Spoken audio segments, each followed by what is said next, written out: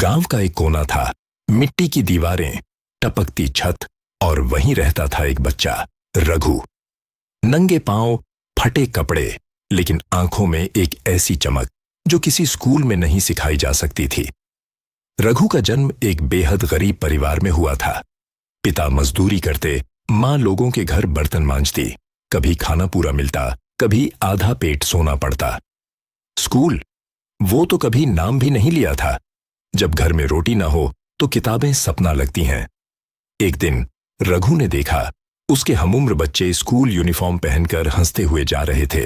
वो चुपचाप एक किनारे खड़ा देखता रहा। उस दिन पहली बार उसकी आंखों में सपना जागा।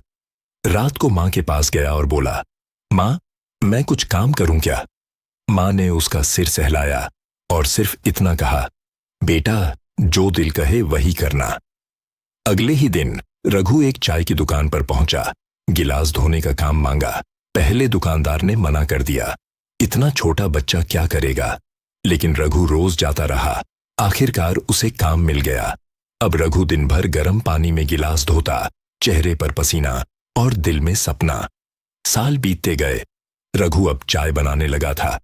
उसकी चाय में कुछ बात थी। लोग कहते, इतनी बढ़िया चाय तो शहरों में भी नहीं मिलती। एक दिन एक आदमी शहर से आया। उसने चाय पी और कहा, तू कुछ बड़ा कर सकता है, बस खुद पे भरोसा रख। उस दिन के बाद रघु ने खुद से सीखना शुरू किया। पुराना मोबाइल खरीदा। रात रात भर बैठकर वीडियो देखता। मोबाइल रिपेयर, मार्केटिंग और बिजनेस के आइडिया समझता। लोग सोते थे और रघु सपने बुनता था। कुछ सालों बाद रघु ने अपनी खुद की मोबाइल टी वैन शुरू की। नाम रखा देसी काडाक। हर कप पर लिखा होता था, founder, school drop out. Raghu अब लोग हंसते नहीं थे, तालियां बजाते थे।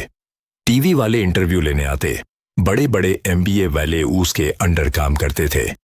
रघु अब करोड़पति बन चुका था। SUV में चलता था, ब्रांडेड कपड़े पहनता था, लेकिन आज भी अपने पुराने मिट्टी वाले घर में मां के पास आता था। किसी ने पूछा, अब तो आपके पास सब कुछ है, वो घर छोड़ क्यों नहीं देते? रघु ने मुस्कुराकर कहा, यही मेरा असली स्कूल था, जहां मैंने भूख, मेहनत और सपना तीनों एक साथ सीखे। एक दिन उसी स्कूल के सामने से गुजरा, जहां कभी बाहर खड़े होकर बच्चों को देखता था।